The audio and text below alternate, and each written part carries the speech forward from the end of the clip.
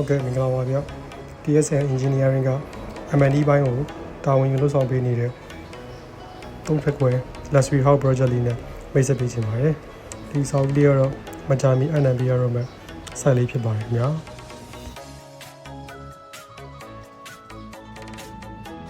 ဟုတ်ကဲ့အဲဝင်ကြီးမှာတော့ living room လေးရှိပါတယ်ဗျ living room လေးနဲ့ spotlight လေးနဲ့ coffee light လေး ceiling model light လေးနဲ့လာဆင်ထားပါတယ်ဒီဆောက်မှာတော့ CCTV system video integration system Wi-Fi system နဲ့ EAV system တို့ကိုတက်ဆင်ပေးထားပါတယ်ဒါကတော့ရုံးခန်းလေးပါဗျဒါ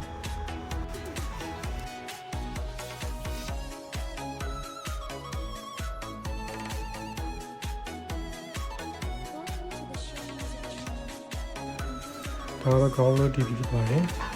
solar TV ဖြစ်ပါတယ် day 12 kW solar inverter ဖြစ်ပါတယ် sinus အရှိကိုလက်တက်ဆင်ပေးရပါတယ် ground floor မှာလည်း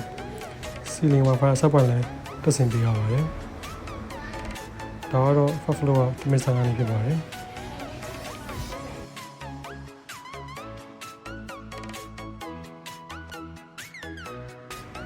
ဒီဘက်ရှိခံလေးကတော့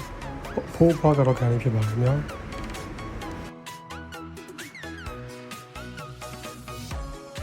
ဒါကတော့ master bath အခန်းလေးပါဒီကတော့ kitchen မှာတော့ steel sink exhaust hook gas stove exhaust fan စသည်ကိုနေရာချပေးထားပါတယ်ဒါကတော့ master bath ခန်းလေးပါ master bath ခန်းမှာလည်းကျွန်တော်တို့ Wi-Fi ဆက်ပွင့်လေးတက်ဆင်ပေးထားပါတယ်ဒါကတော့ second floor က living room လေးပါ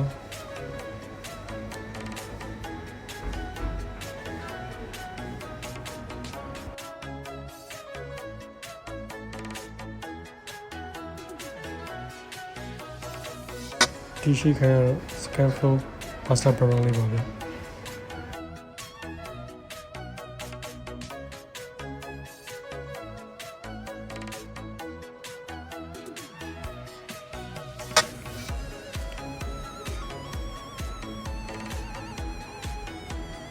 ြီးတော့ကျွန်တော်ပိုင်း WC ကလေးပါ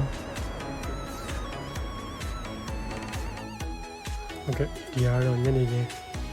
စာအုပ်မိထွန်းရတဲ့အလားလေးပါဟုတ်ကဲ့အားလုံးကျေးဇူးတင်ပါတယ်